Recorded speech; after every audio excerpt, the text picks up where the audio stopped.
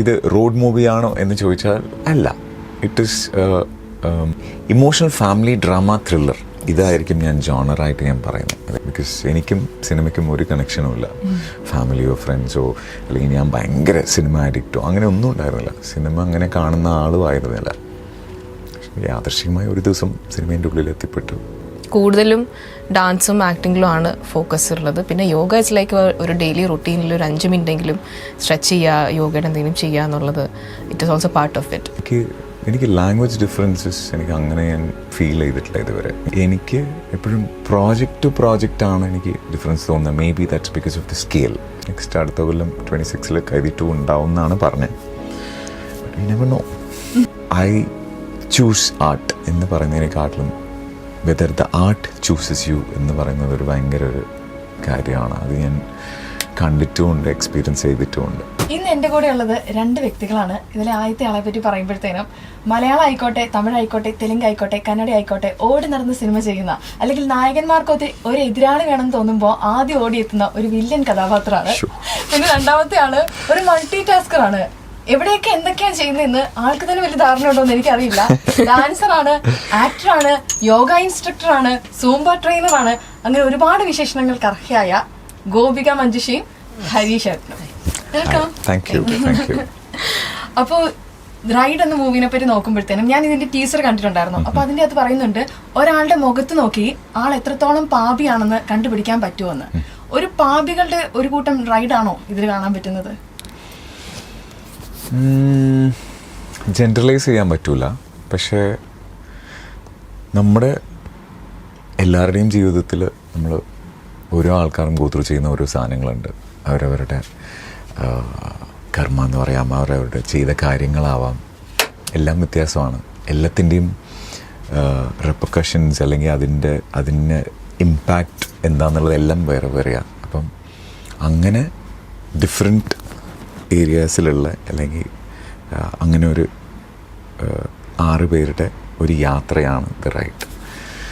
ശരിക്കും നിങ്ങൾ എങ്ങോട്ടാണ് ഈ റൈഡ് നടത്തുന്നത്? 2 ദിവസത്തിനുള്ള ഇല്ല, സി ഇതിപ്പം യാത്ര ഇത് റോഡ് മൂവിയാണോ എന്ന് ചോദിച്ചാൽ അല്ല. It is thriller, emotional drama, emotional family drama thriller. ഇതായിരിക്കും ഞാൻ ജോണറായിട്ട് ഞാൻ പറയുന്നത്. അതായത് ഒരു ജോണർ പറയാൻ പറ്റില്ല. പക്ഷേ ബേസിക്കലി ഇറ്റ്സ് എ ത്രില്ലർ. ഇതിൽ നിങ്ങളുടെ ക്യാരക്ടറൊക്കെ എങ്ങനെയാണ്? എൻ്റെ ക്യാരക്ടറിൻ്റെ പേര് ജെസ്സി എന്നാണ്. She is around 24-25 years old. She is very bold, കുറച്ച് അഗ്രസീവ് ഒക്കെ ആയിട്ടുള്ള വളരെ ബോൾഡായിട്ടുള്ളൊരു ക്യാരക്ടറാണ്. സോ എൻ്റെ ക്യാരക്ടർ, നമുക്ക് ക്യാരക്ടറിൻ്റെ പേര് പറയുന്നില്ല, അൺനോൺ എന്ന് വയ്ക്കാം ഇപ്പോൾ. പക്ഷേ എൻ്റെ ക്യാരക്ടർ ഒരു ഭയങ്കര ഒരു ക്രൂഷ്യൽ ഒരു പോയിന്റിൽ വരികയും ആൻഡ് എനിക്ക് ആ ഒരു ക്രൂഷ്യൽ പോയിന്റ് എന്ന് പറയുന്നത് എനിക്ക് ഭയങ്കരമായിട്ട് ഇംപ്രസ് ആയ ഒരു പോയിൻ്റായിരുന്നു ആ കഥ കേൾക്കുമ്പോൾ. അതുമാത്രമേ എനിക്ക് ആവശ്യമുണ്ടായിരുന്നുള്ളൂ. ഞാൻ എപ്പോഴും ഒരു കഥയിൽ എൻ്റെ കഥാപാത്രം അല്ലെങ്കിൽ എനിക്ക് തരുന്ന കഥാപാത്രം എന്താണ് ഈ സ്ക്രീൻ പ്ലേയിൽ അല്ലെങ്കിൽ ഈ ഒരു കഥയുടെ ഫ്ലോയിൽ എന്താണ് ചെയ്യുന്നത് എന്ന് പറയുന്ന ഒരു സാധനം മാത്രമേ ഞാൻ എപ്പോഴും നോക്കാറുള്ളൂ. It's not about negative, it's not about positive role. പക്ഷേ എനിക്ക് അങ്ങനെ ഒരു ഇമ്പാക്റ്റ് ഉണ്ടെങ്കിൽ എനിക്കത് ചെയ്യാൻ ഇഷ്ടമാണ്. അങ്ങനെ ചെയ്ത ഒരു സിനിമയാണ്. സോ ഈ സിനിമയുടെ ട്രീറ്റ്മെൻറ്റാണ് ഓഡിയൻസിന് ഭയങ്കര ഒരു ഇൻട്രസ്റ്റിംഗ് ഫാക്ടറായിട്ട് തോന്നുക. എങ്ങനെയായിരുന്നു ഈ സിനിമയിലേക്കുള്ള എൻട്രി? ഞാൻ ഷോർട്ട് ഫിലിമൊക്കെ ചെയ്യുന്ന സമയത്താണെങ്കിലും സിനിമ ഒരു ലക്ഷ്യമായിട്ടോ എയിമായിട്ടോ വെച്ചിട്ടൊന്നും അല്ല ചെയ്തു തുടങ്ങിയത്. അത് പറ്റുന്നൊന്നും വിചാരിച്ചിരുന്നില്ല. അപ്പം ഞാൻ കുറേ അഡ്വർടൈസ്മെൻറ്റ്സും കാര്യങ്ങളൊക്കെ ചെയ്യും, ഈ വോയിസ് ഓവേഴ്സ് കൊടുക്കാൻ പോകും. അപ്പം അങ്ങനെ മുത്തൂറ്റിൻ്റെ ഒരു വർക്കിന് ഞാൻ പോയിരുന്നു. അവിടെ വെച്ചിട്ടാണ് ഇതിലെ നിതിനെ പരിചയപ്പെടുന്നത്. അപ്പം പുള്ളി ഇങ്ങനെ ഒരു ഓഡിഷൻ ഉണ്ട് എന്ന് വരും. പിന്നെ audition is are day to day thing. Audition ഉണ്ട്, പോകും, വരും. അപ്പോൾ അങ്ങനെ തന്നെ കരുതി പോയപ്പോഴേക്കും ആദ്യം ഓഡിഷൻ ചെയ്യിപ്പിക്കുന്നതിന് അവർ കഥ കേൾപ്പിച്ചു. അപ്പം ഞാൻ കൊള്ളാലോ, ഇവർ ആദ്യമേ കഥയൊക്കെ പറയുകയാണല്ലോ. അങ്ങനെ പറഞ്ഞു, അവർ ഓഡിഷൻ ചെയ്യിപ്പിച്ചു. അപ്പം തന്നെ ചെയ്തു. ഏകദേശം അപ്പം തന്നെ ഒരു ഭയങ്കര ഒരു പോസിറ്റീവ് ഇതായിരുന്നു. Because the way they were explaining ഒരു പുതിയ ആളാണ്, അങ്ങനത്തെ ഒരു ട്രീറ്റ്മെൻ്റ് ഒന്നും അല്ലായിരുന്നു. അപ്പോൾ then in 2 weeks they gave me a confirmation, let's go ahead with Jessie എന്ന് പറഞ്ഞു. ഞാൻ യെസ്. ഇത് പുള്ളിക്കാരിയുടെ ആദ്യത്തെ സിനിമ ഷൂട്ട് ചെയ്യാൻ തുടങ്ങിയത്. പക്ഷേ ഇത് കഴിഞ്ഞിട്ട് ചെയ്ത സിനിമകൾ, അതായത് പുള്ളിക്കാരി ബോളിവുഡിലൊരു സിനിമ ചെയ്തു, അത് റിലീസായി. അപ്പം ഇതിപ്പം ആദ്യത്തെ സിനിമ എന്ന് പറയുമ്പോൾ പുള്ളിക്കാരി ഈ സിനിമയിൽ അഭിനയിക്കുന്ന സമയത്ത് ഞാൻ എൻ്റെ ആദ്യത്തെ സിനിമ ആലോചിച്ച് നോക്കുന്നു. ഒരിക്കലും ഞാൻ പുള്ളിക്കാരിയുടെ കോൺഫിഡൻസ് ഉണ്ടായിരുന്നില്ല എനിക്ക്. She's so confident, may be because of dance and എല്ലാം ചെയ്യുന്ന കാര്യങ്ങൾ കൊണ്ടാവാം. പക്ഷേ വെരി വെരി കോൺഫിഡൻറ്റ്, അത്രയും കൺവിക്ഷനോട് കൂടി അഭിനയിച്ചിട്ടുണ്ട്. ഇന്നും കുറേ ക്യാരക്ടേഴ്സ് ചെയ്യാൻ പറ്റട്ടെ. Thank you sir. She's very very talented. ഇപ്പം ഞാൻ ചേട്ടനെ പറ്റി ഇങ്ങനെ സെർച്ച് ചെയ്ത് നോക്കിയപ്പോഴത്തേനും ഏറ്റവും കൂടുതൽ ആൾക്കാർ ഗൂഗിളിൽ സെർച്ച് ചെയ്ത് നോക്കിയിട്ടുള്ളത് ഹരീഷ് ഉത്തമൻ മലയാളിയാണോ എന്നുള്ളതാണ്. അപ്പോൾ ഞാൻ ആലോചിക്കാതെ എനിക്ക് ആ ഒരു സംശയം ഉണ്ടായിരുന്നു. കാരണം ചേട്ടനെ നോക്കി കഴിഞ്ഞാൽ തമിഴിൽ നോക്കി അവിടെ കാണാം, തെലുങ്കിൽ നോക്കി അവിടെ കാണാം, കന്നഡ നോക്കി അവിടെ കാണാം, എല്ലായിടത്തും ഉണ്ട്. ആണ് ശരിക്കും ഈ ഒരു മലയാളിയാണോ ഡൗട്ട് മലയാള സിനിമയിലെ അവസരങ്ങൾ കുറയ്ക്കുന്നുണ്ട് എന്ന് തോന്നുന്നുണ്ടോ? കുറയ്ക്കുന്നില്ല, എനിക്ക് തോന്നുന്നു. ടു ആൻ എക്സ്റ്റെൻറ്റ് ഞാൻ വിചാരിക്കുന്നു ആൾക്കാർക്ക് ഈ ഡൗട്ടുള്ളത് എവിടെയോ എനിക്ക് അഡ്വാൻറ്റേജ് ആയിട്ടാണ് ഉള്ളതെന്നാണ് ഞാൻ വിചാരിക്കുന്നത്. ബിക്കോസ് ഇതിപ്പം കുറച്ച് കാലം മുമ്പ്, ഇതിപ്പം മായനദി ചെയ്തപ്പം ഒരു മലയാള സിനിമയിൽ ഒരു തമിഴ് ക്യാരക്ടറായിരുന്നു ഞാൻ ചെയ്തത്. അപ്പം സിമിലർ ക്യാരക്ടേഴ്സ് വരുന്നുണ്ടായിരുന്നു, പക്ഷേ അത് മാറി. അപ്പം കുറേ പേർക്ക് അറിയില്ല, ഇപ്പോഴും ഞാൻ മലയാളത്തിൽ സംസാരിക്കുമ്പോൾ മലയാളത്തിൽ സംസാരിക്കുന്നു എന്ന് പറയുന്ന ഒരു സാധനമുണ്ട്. പക്ഷേ ഇറ്റ് ഈസ് ഗുഡ്. എനിക്ക് സന്തോഷമാണ്. മലയാള സിനിമകൾക്ക് ഇന്നും അധികം ചെയ്യണമെന്നുണ്ടായിരുന്നു. പക്ഷേ തമിഴിലും തെലുഗിലൊക്കെ ഞാൻ ബിസി ആയിരുന്നു, അതുകൊണ്ട് ചെയ്യാൻ പറ്റിയിരുന്നില്ല. പക്ഷേ ഇപ്പം ഈ അടുത്ത കാലത്ത് I been doing a lot of Malayalam films too. So happy. ഇപ്പം ഗോപികയുടെ കാര്യം പറയുമ്പോൾ ഞാൻ നേരത്തെ ഒന്ന് സൂചിപ്പിച്ചിരുന്നു, എന്നെ ഒരു ചെറിയ രീതിയിലെങ്കിലും ഇൻഫ്ലുവൻസ് ചെയ്തിട്ടുള്ളൊരു വ്യക്തിയാണ്. ഗോപികയുടെ ഒരു ഇൻ്റർവ്യൂ കണ്ടിട്ട് ഞാൻ പോയി എൻ്റെ ഒരു ബുക്ക് എടുത്ത്, അതിൽ പറയുന്നത് ഇങ്ങനെയാണ്: ജോലി റിസൈൻ ചെയ്യാൻ വേണ്ടി ഇങ്ങനെ ആലോചിച്ച സമയത്ത് ബുക്ക് എടുത്ത് എനിക്ക് എന്തൊക്കെ കഴിവുകളുണ്ടെന്ന് സ്വയം എഴുതി നോക്കി, അതിൽ ഏതൊക്കെ മോണിറ്റൈസ് ചെയ്യാൻ പറ്റുമെന്ന് ആലോചിച്ചു. അങ്ങനെയാണ് പിന്നെ ഈ ഒരു ഫീൽഡിലേക്കൊക്കെ തിരിയുന്നതെന്നുള്ളത്. ഞാൻ അതുപോലെ ഒന്ന് ചെയ്തു നോക്കി, പക്ഷെ ഒന്നും നടന്നില്ല. എഴുതിയത് മാത്രമേ ഉണ്ടായിരുന്നു. എഴുതിയല്ല, അത് സന്തോഷം. അപ്പോൾ ഇപ്പം പറയുകയാണെങ്കിൽ പ്രൊഫഷൻ പഠിച്ചതും വർക്ക് ചെയ്തുകൊണ്ടിരുന്നതും വേറൊരു ഫീൽഡിലായിരുന്നു. അതിനുശേഷം ഈ ഒരു തോട്ട് വരുന്നല്ലോ, നമുക്ക് ഈ റിസ്ക് എടുക്കാന്ന് പറയുന്നത് ആളുകളെ സംബന്ധിച്ച് ഭയങ്കര ബുദ്ധിമുട്ടുള്ളൊരു കാര്യമാണ്. എടുക്കണം എന്ന ആഗ്രഹം ഉണ്ടായിരിക്കും, പക്ഷേ പിന്നെയുള്ള സ്റ്റേറ്റ് ആലോചിച്ചുകൊണ്ട് ഇങ്ങനെ അതിൽ നിന്ന് മാറി നിൽക്കുന്ന കുറേയധികം ആൾക്കാരുണ്ട്. ശരിക്കും ആ ഒരു എന്താണ് അവരോട് പറയാനുള്ളത്? അതായത് എന്താ പറയാനുള്ളത് വെച്ച് കഴിഞ്ഞാൽ, അങ്ങനത്തെ റിസ്ക് എടുത്തു കഴിഞ്ഞാൽ it's A long term risk. അതായത് എപ്പോഴും ഞാൻ ചിന്തിക്കണം, ഇതൊക്കെ കളഞ്ഞിട്ട് വല്ല ജോലിക്കും പോയാൽ മതിയായിരുന്നു എന്നുള്ളത് ഞാൻ ഇപ്പോഴും ചിന്തിക്കും. Because that is A very easy എന്ന് ഞാൻ പറയില്ല, കംഫർട്ടബിൾ ആണെന്നും പറയില്ല. But at the end or beginning of a month or end of the month, you know that you will get the money. Stable. It is very stable. And if that is what you want, അത് continue ചെയ്യാം, അത് കുഴപ്പമൊന്നുമില്ല, അത് മോശമാണെന്നൊന്നും പറയുന്നില്ല. പക്ഷേ എനിക്കത് ഭയങ്കര ബുദ്ധിമുട്ടാണ്. I felt very suffocated and ഞാൻ ജീവിക്കുന്നില്ല എന്നുള്ളൊരു തോന്നൽ വന്നൊരു നിമിഷത്താണ്. അല്ലെങ്കിൽ even if I die right now, എനിക്ക് പ്രത്യേകിച്ചൊന്നും നേടാനോ ഒന്നും നഷ്ടപ്പെടാനോ ഇല്ല എന്നൊരു തോന്നിയൊരു നിമിഷത്താണ് ഞാൻ ആ ഒരു ചെയ്തിങ്ങനെ മോണിറ്റൈസ് ചെയ്യാം എന്നൊക്കെ നോക്കിയതും അന്ന് എന്തൊക്കെ എനിക്ക് ചെയ്യാൻ കഴിയും നോക്കി. അങ്ങനെ by that time I had already started doing modelling ഒക്കെ. അങ്ങനെ പതുക്കെ അതിൽ നിന്നും ഒത്തിരി ഒന്നും വരില്ല. കാര്യം in Kerala in general modelling എന്ന് പറയുന്ന ഒരു ഇൻഡസ്ട്രി ഇസ് നോട്ട് ദാറ്റ്. അവിടെ നിന്നൊക്കെ കിട്ടുന്ന സാലറി അല്ലെങ്കിൽ പേയ്മെൻറ്റ് എന്നൊക്കെ പറഞ്ഞാൽ വളരെ തുച്ഛമായ ഒരു പേയ്മെൻ്റ് ആണ്. സോ കുറച്ചുകൂടെ എക്സ്പ്ലോർ ചെയ്യണം, എന്തൊക്കെ ചെയ്യാൻ പറ്റുമെന്ന് നോക്കി അങ്ങനെയാണ് ഇതിലേക്ക് എത്തുന്നത്. പക്ഷേ ഈ ഒരു കാര്യം നമ്മൾ പേരൻസിനോട് പറയുമ്പോൾ അവർക്ക് ഇത് അക്സെപ്റ്റ് ചെയ്യാൻ ഭയങ്കര ബുദ്ധിമുട്ടായിരിക്കുമല്ലോ. ഇപ്പം എൻ്റെ വീട്ടിൽ ഞാനിങ്ങനെ അവർ മെല്ലെ അവന് വേണ്ടി പ്രിപ്പയർ ആക്കുന്ന ഒരു പ്രോസസ് നടന്നുകൊണ്ടിരിക്കുകയാണ്. അപ്പോൾ ഞാനിങ്ങനെ പറയുമ്പോഴത്തേനും അവർക്കിത് ഒട്ടും അക്സെപ്റ്റ് ചെയ്യാൻ പറ്റാത്തൊരു കാര്യമാണ്. അയ്യോ, സ്റ്റേബിൾ ആയിട്ടുള്ള ഒരു ഇൻകമാണ് നഷ്ടപ്പെടുത്താൻ പോണത്, നാളെ എന്ത് കിട്ടും എന്നുള്ളത് നിനക്ക് അറിയില്ല എന്നൊക്കെയുള്ളൊരു സാധനം പറയും. എങ്ങനെയാണ് പേരൻസിനെ കൺവിൻസ് ചെയ്തത്? ഞാൻ കൺവിൻസ് ഒന്നും ചെയ്തില്ല. ആര് കൺവിൻസ് ചെയ്തു? ഇന്ന് എന്നോട് പറയുന്നുണ്ട് വല്ല ഗവൺമെന്റ് ജോലിക്ക് പോടേ എന്ന് പറഞ്ഞത്. That is still happening. It's A constant fight with like ഒത്തിരി ആൾക്കാരെ കൺവിൻസ് ചെയ്യണം, നമ്മൾ തന്നെ കൺവിൻസ് ചെയ്യണം.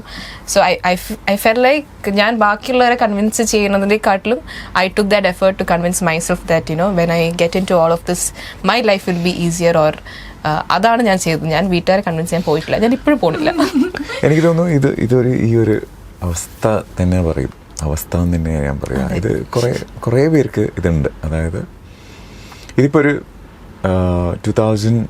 ഏർലി 2000s ആൾക്കാർ കുറച്ചും കൂടെ പേടിച്ചില്ല ജോലി എന്ന് പറയുന്നത് സെറ്റായിരുന്നു. പക്ഷേ ഇപ്പം അതായത് ഒരു 2015 കഴിഞ്ഞിട്ട്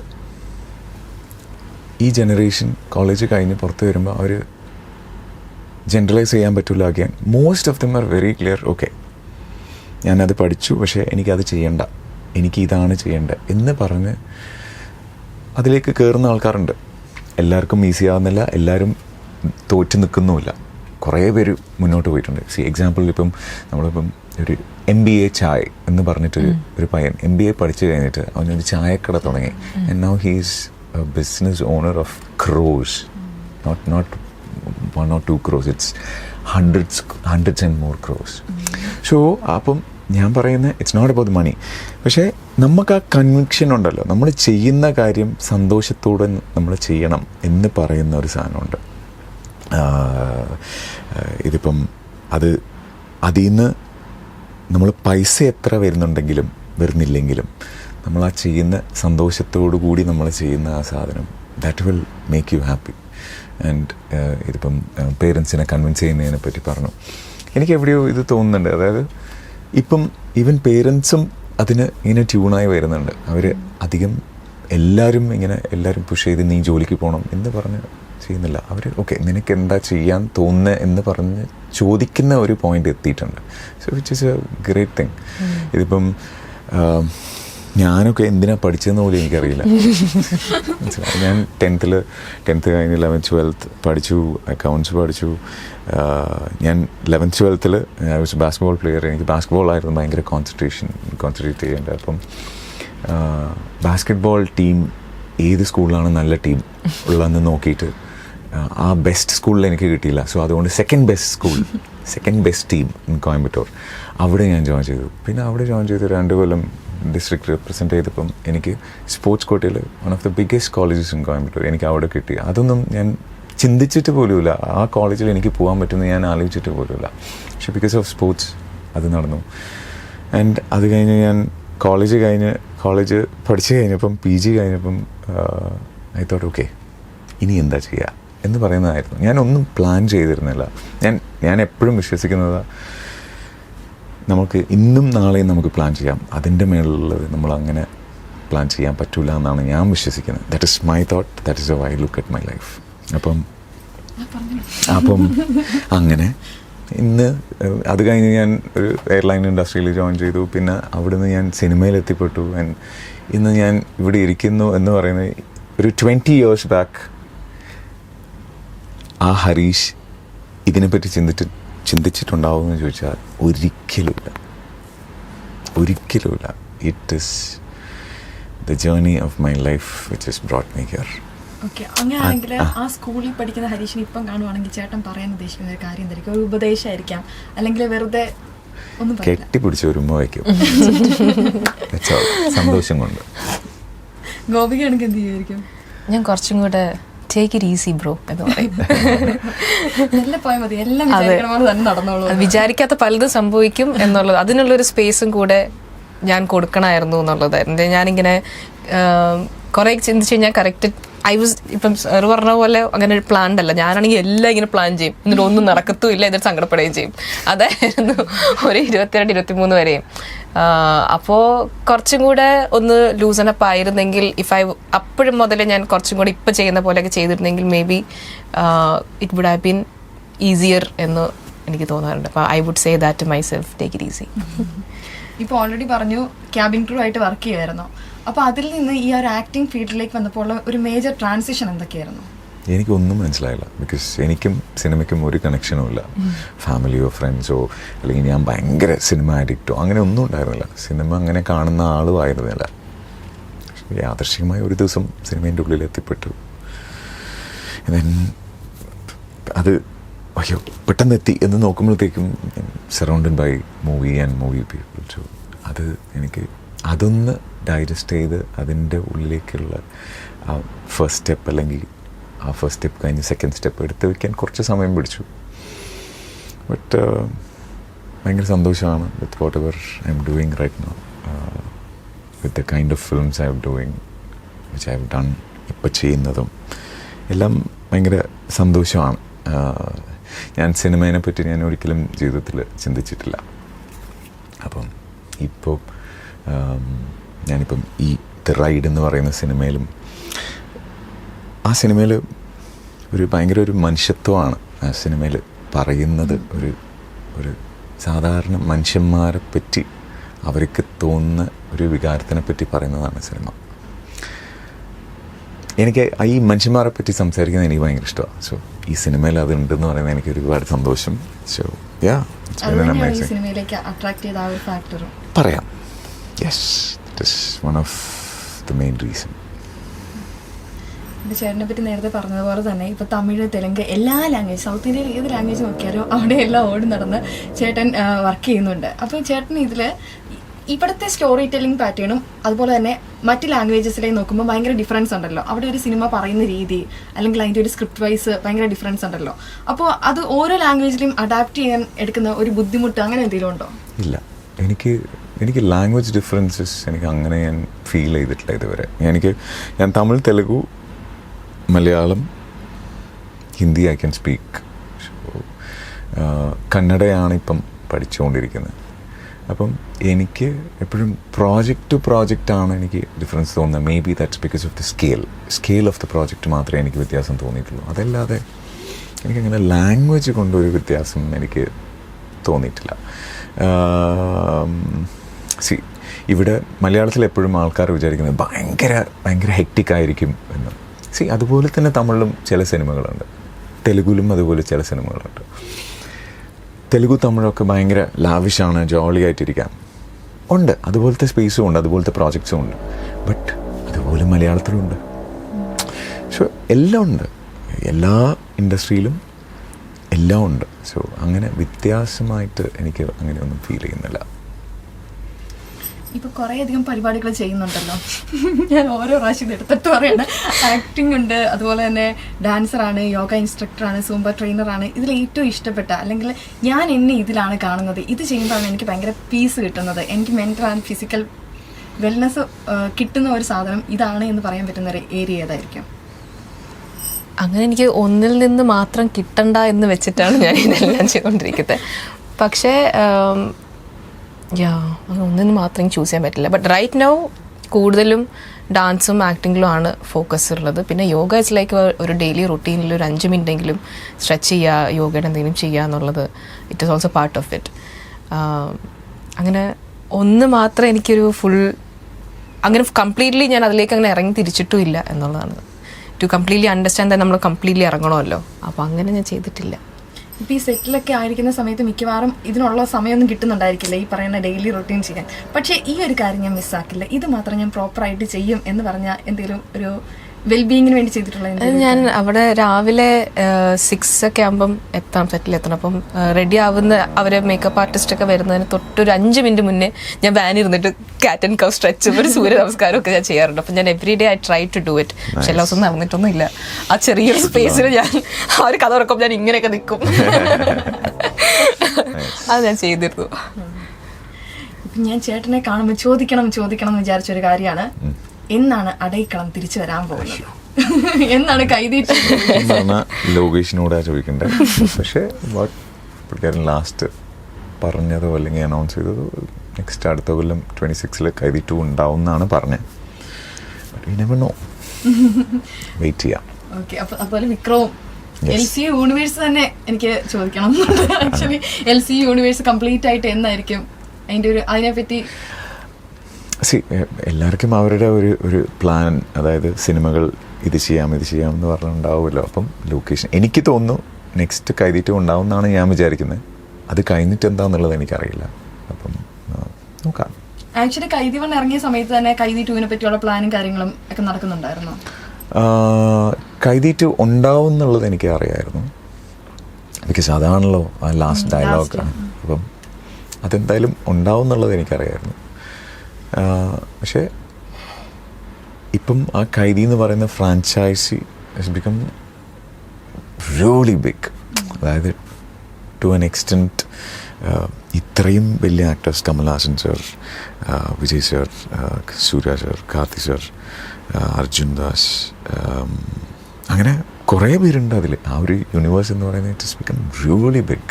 അത് ഞാൻ ആലോചിച്ചിരുന്നില്ല.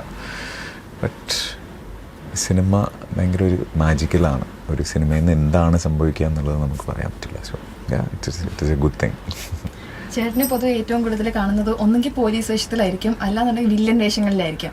പക്ഷെ അതിൽ നിന്ന് ഭയങ്കരമായിട്ടുള്ള ഒരു ചേഞ്ച് ആയിരുന്നു മനോരഥങ്ങളിൽ കണ്ടത്. ഭയങ്കര പീസ്ഫുൾ ആയിട്ടുള്ള, ചേട്ടനെ കാണുമ്പോൾ തന്നെ ഭയങ്കര ഒരു പീസ്ഫുൾ ഫീൽ നമ്മുടെ ഉള്ളിൽ തോന്നുമായിരുന്നു. ആ ഒരു ട്രാൻസിഷൻ അല്ലെങ്കിൽ ആ ഒരു ഇതെങ്ങനെയായിരുന്നു, ഇങ്ങനെ ഉണ്ടായിരുന്നു മനോരഥന്? അത് ശ്യാമേട്ടനാണ് അത് ഡയറക്റ്റ് ചെയ്തത്, ശ്യാമപ്രസാദ് സർ. അപ്പം പുള്ളിക്കാരനായിട്ട് ഭയങ്കര അടുപ്പമാണ്. എനിക്ക് ഭയങ്കര റിഫ്രഷിങ് ആയിരുന്നു.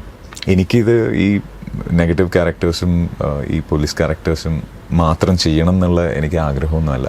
പക്ഷേ അതിപ്പം മാറി. ഇപ്പം ഇതൊരു 2018-19 വരെയായിരുന്നു ഈ നെഗറ്റീവ് ക്യാരക്ടേഴ്സും പോലീസ് ക്യാരക്ടേഴ്സും കുറച്ചധികം ചെയ്തത്. പക്ഷേ അത് കഴിഞ്ഞ് ഞാൻ ചെയ്തതെല്ലാം ദെയർ ഇസ് എ ഡിഫറൻസ്. ഇപ്പം ചെയ്യുന്ന ക്യാരക്ടേഴ്സ് എല്ലാം വ്യത്യാസമുണ്ട്. അപ്പം അതിനൊരു സമയം പിടിച്ചു. അത് ഓക്കെ, ഞാനൊരു ഒരു ചെറിയൊരു ബോക്സിൽ പെട്ടുപോയി എന്ന് ഉള്ളത് മനസ്സിലാക്കാൻ ഞാൻ കുറച്ച് സമയമെടുത്തു.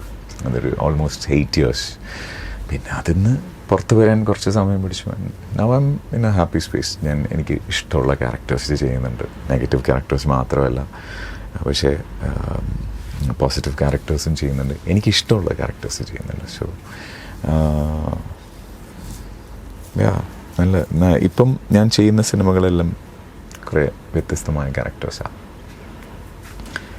ഇനി എനിക്കൊരു വളരെ പേഴ്സണൽ ആയിട്ടുള്ള ക്വസ്റ്റ്യൻ ആണ്. അതായത് ഈ തുടക്കത്തിലെ സിനിമ നമ്മൾക്ക് സിനിമയിൽ അഭിനയിക്കണമെന്ന് ഭയങ്കരമായിട്ട് ആഗ്രഹമുണ്ട്. പക്ഷെ എന്താ ചെയ്യേണ്ടത്, എങ്ങനെയാണ് ഇതിലേക്ക് എത്തിപ്പെടുക എന്നൊന്നും വലിയ ധാരണ നമുക്കില്ല. അങ്ങനെയാണെങ്കിൽ എങ്ങനെയായിരിക്കും സിനിമ എന്ന് പറയുന്ന ആ ഒരു ഫീൽഡിലേക്ക് നമുക്ക് എത്തിപ്പെടാൻ പറ്റിയ കുറുക്ക് വഴികൾ എന്തൊക്കെയാണ്? എനിക്കും കൂടെ ഒന്ന് പറഞ്ഞു ഞാൻ കേൾക്കാൻ ആഗ്രഹിക്കുന്നു. ഇപ്പൊ ചേട്ടൻ അതുപോലെ തന്നെ യാതൊരുവിധ ബാക്ക്ഗ്രൗണ്ടും ഇല്ലാണ്ട് വന്ന ഒരാളാണല്ലോ, അതുകൊണ്ട് തന്നെയാണ് ഞാൻ ചോദിക്കുന്നത്. ശരിക്കും പറഞ്ഞാൽ കുറുക്ക് വഴി എന്തെങ്കിലും ഉണ്ടോ എന്നുള്ളത് അറിയില്ല. നിങ്ങളെങ്ങാനും നാളെ അറിഞ്ഞാൽ please do let me know. അങ്ങനെയൊന്നുമില്ല, കുറുക്ക് വഴിയൊന്നുമില്ല. പക്ഷേ ഞാൻ ഒരു സാധനം ഞാൻ എപ്പോഴും വിശ്വസിക്കുന്നു, നമ്മൾ ഐ ചൂസ് ആർട്ട് എന്ന് പറയുന്നതിനെക്കാട്ടിലും whether the art chooses you എന്ന് പറയുന്നത് ഒരു ഭയങ്കര ഒരു കാര്യമാണ്. അത് ഞാൻ കണ്ടിട്ടുമുണ്ട്, എക്സ്പീരിയൻസ് ചെയ്തിട്ടുമുണ്ട്. ഇതിപ്പം നമ്മൾ സിനിമയിൽ ട്രൈ ചെയ്യാം എന്ന് പറഞ്ഞ് വരുമ്പോൾ എനിക്കെന്തോ അതൊരു ഭയങ്കര എനിക്കൊരു അക്സെപ്റ്റ് ചെയ്യാൻ പറ്റാത്തൊരു സാധനമാണ്. സിനിമേനെ അൺലെസ് യു ഒരു ആർട്ടിനെ നീ അത്രയും പാഷനേറ്റായിട്ട് കാണുന്നില്ല എങ്കിൽ I don't think you can go and side. അത് ആ ആർട്ട് നിന്നെ പിടിക്കില്ല, നിന്നെ ചേർത്ത് പിടിക്കില്ല. അതിനെ അത്രയും പാഷനേറ്റായിട്ട് സത്യത്തോടു കൂടി 100% when you go in that art holds you. Otherwise I don't think it will. ഇനി രണ്ടുപേരോടും കോമൺ ആയിട്ടുള്ള എൻ്റെ 1-2 ചോദ്യങ്ങളാണ്. അപ്പോൾ ആദ്യത്തെ ചോദ്യം, ഒരു ഹിസ്റ്റോറിക്കൽ ക്യാരക്ടർ അല്ലെങ്കിൽ ഒരു ലിറ്ററേച്ചറിൽ പറഞ്ഞിട്ടുള്ള ഒരു ക്യാരക്ടറിനെ നിങ്ങൾക്ക് അഭിനയിക്കാൻ അവസരം കിട്ടുകയാണ്. അങ്ങനെയാണെങ്കിൽ ആരെ ചൂസ് ചെയ്യും, എന്തുകൊണ്ട്? എന്ത് ക്യാരക്ടർ? സോറി. ഒന്നെങ്കിൽ ഹിസ്റ്ററിയിൽ നമ്മൾ കണ്ടിട്ടുള്ള ആരെങ്കിലും ആയിരിക്കാം, ഷാജഹാൻ എന്നൊക്കെ പറയുന്നത്, മുംതാസ് എന്നൊക്കെ പറയുന്ന പോലെ ആരെങ്കിലും ആയിരിക്കാം. അല്ലെങ്കിൽ ലിറ്ററേച്ചറിൽ എഴുതി വെച്ചിട്ടുള്ള റോമിയോ ജൂലിയറ്റ് ആയിരിക്കാം. അതുപോലത്തെ ഏതെങ്കിലും ഒരു ക്യാരക്ടറിനെ ചെയ്യാൻ ഒരു അവസരം കിട്ടുകയാണെങ്കിൽ ആരെ ചൂസ് ചെയ്യും, എന്തുകൊണ്ട്?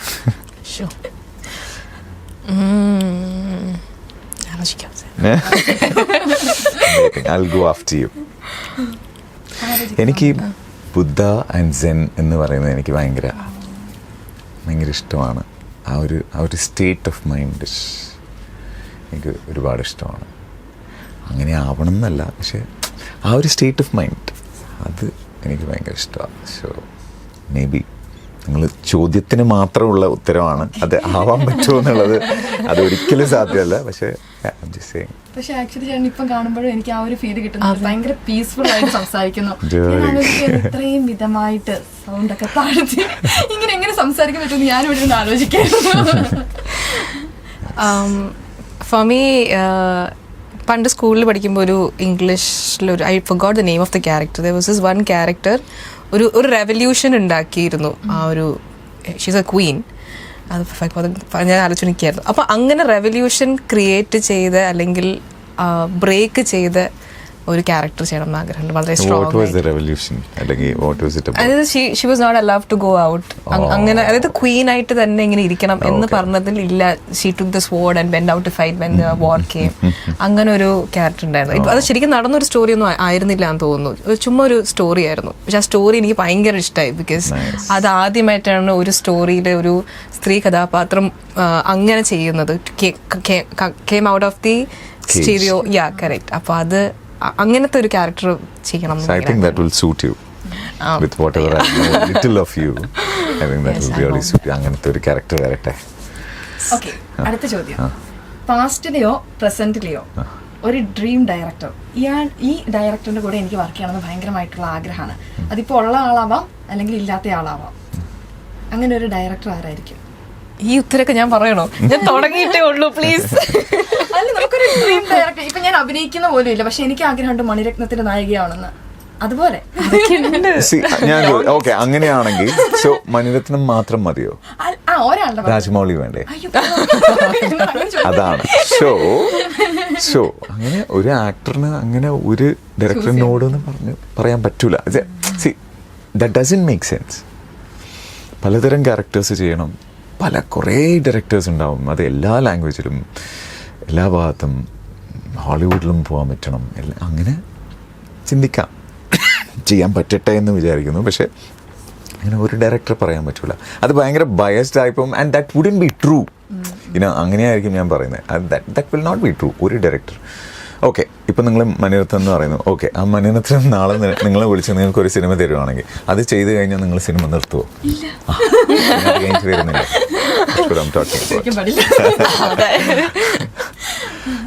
ഓക്കെ, എന്നാ അടുത്ത ക്വസ്റ്റ്യനിലേക്ക് ഞാൻ പോട്ടെ. ഇപ്പൊ രണ്ടുപേരും പഠിച്ചത് അല്ലെങ്കിൽ പ്രൊഫഷൻ വൈസ് വേറെ കോഴ്സുകളായിരുന്നു.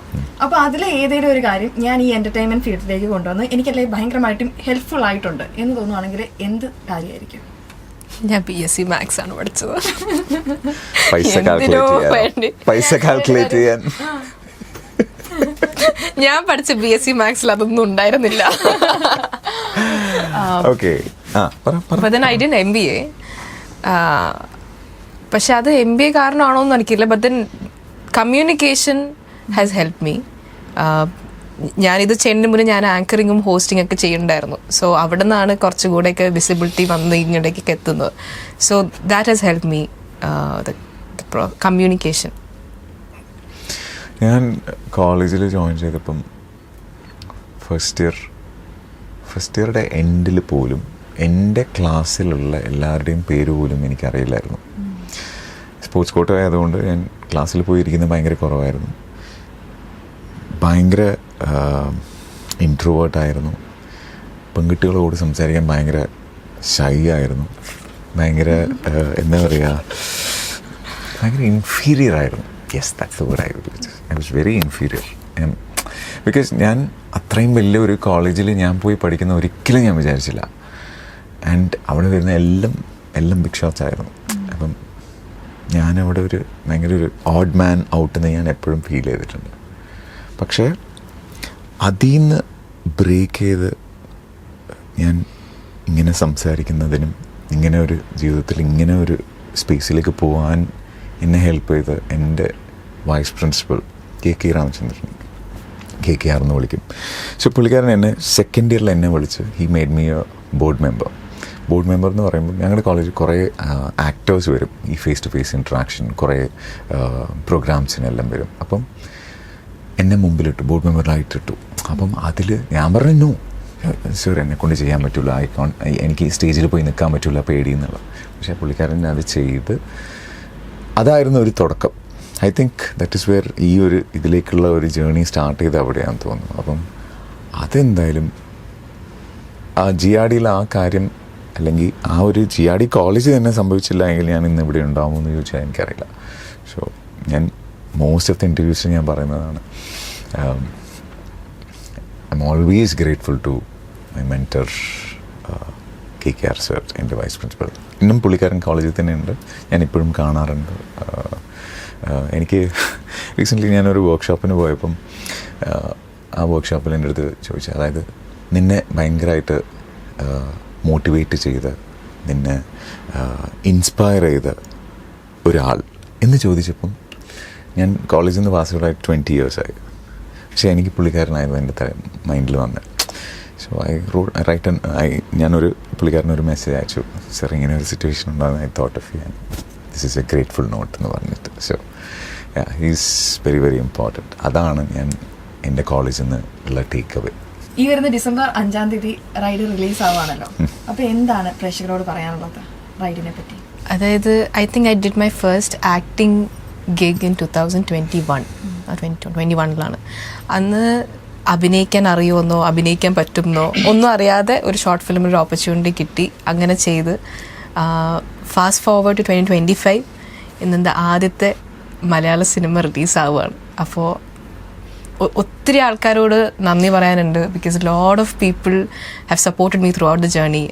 ക്രിറ്റിസിസംസിലൂടെ ആണെങ്കിൽ പോലും എൻ്റെ പ്രൊഫൈൽസ് ഞാൻ അറിയാതെ ഷെയർ ചെയ്തു. അങ്ങനെ കുറേ കാര്യങ്ങൾ സംഭവിച്ചിട്ടുണ്ട്. അപ്പോൾ ഞാനിങ്ങനെ തിരിഞ്ഞു നോക്കുമ്പോഴേക്കും I can see a lot of people behind who has help me be here today.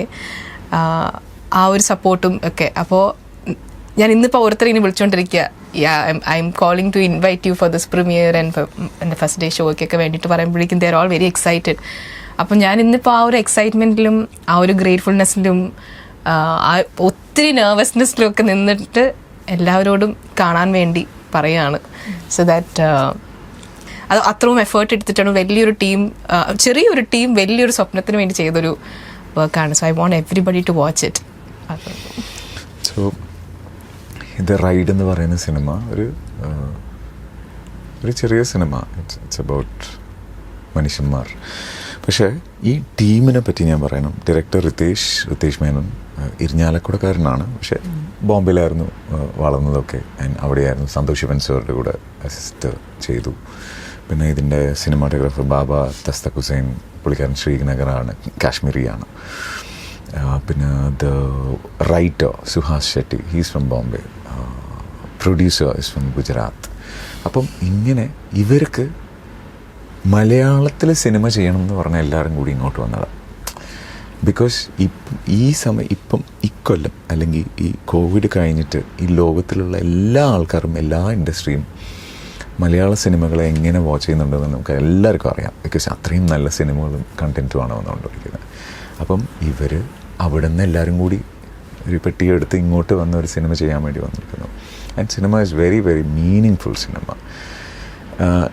എനിക്ക് തോന്നുന്നു സിനിമ കഴിഞ്ഞ് ഓഡിയൻസ് എണീക്കുമ്പം ആ സിനിമ കൊടുത്ത ഒരു ട്രീറ്റ്മെൻറ്റ് ആൾക്കാർക്ക് എപ്പോഴും അവർക്ക് എന്തായാലും ഉറപ്പായിട്ടും ഇഷ്ടപ്പെടും എന്നാണ് ഞാൻ വിശ്വസിക്കുന്നത്. ബിക്കോസ് ഞാൻ സിനിമ കണ്ടപ്പം ആ സിനിമ, ആ ക്യാരക്ടേഴ്സ്, ആ കഥ, ആ സ്ക്രീൻ പ്ലേനെ ട്രീറ്റ് ചെയ്ത രീതിയാണ് എനിക്ക് ഭയങ്കര അടിപൊളിയായിട്ട് എനിക്ക് തോന്നിയത്. ഇതിപ്പം നമുക്ക് ഒരു ത്രില്ലറിനെ നമ്മൾക്ക് എങ്ങനെ വേണമെങ്കിലും പറയാം. ആൻഡ് ദിസ് ഇസ് ഈ ഒരു രീതിയിൽ പ്രസൻറ്റ് ചെയ്ത് ഈ ദ റൈഡ് എന്ന് പറയുന്ന ഈ സിനിമയുടെ സ്ക്രീൻ പ്ലേ പ്രസൻറ്റ് ചെയ്ത രീതി ഭയങ്കര ഡിഫറെൻ്റ് ആണ്. അത് ആൾക്കാർക്ക് ഭയങ്കര ഇൻട്രസ്റ്റിംഗ് ആയിരിക്കും. I am very very sure about it. And ആൾക്കാർക്ക് എപ്പോഴും ഇഷ്ടപ്പെടുമെന്നാണ് ഞാൻ പ്രതീക്ഷിക്കുന്നത്. സിനിമ വലിയ സക്സസ് ആകട്ടെ. ഓക്കെ, അപ്പം December 5 ഇത് റിലീസ് ആവാണ്.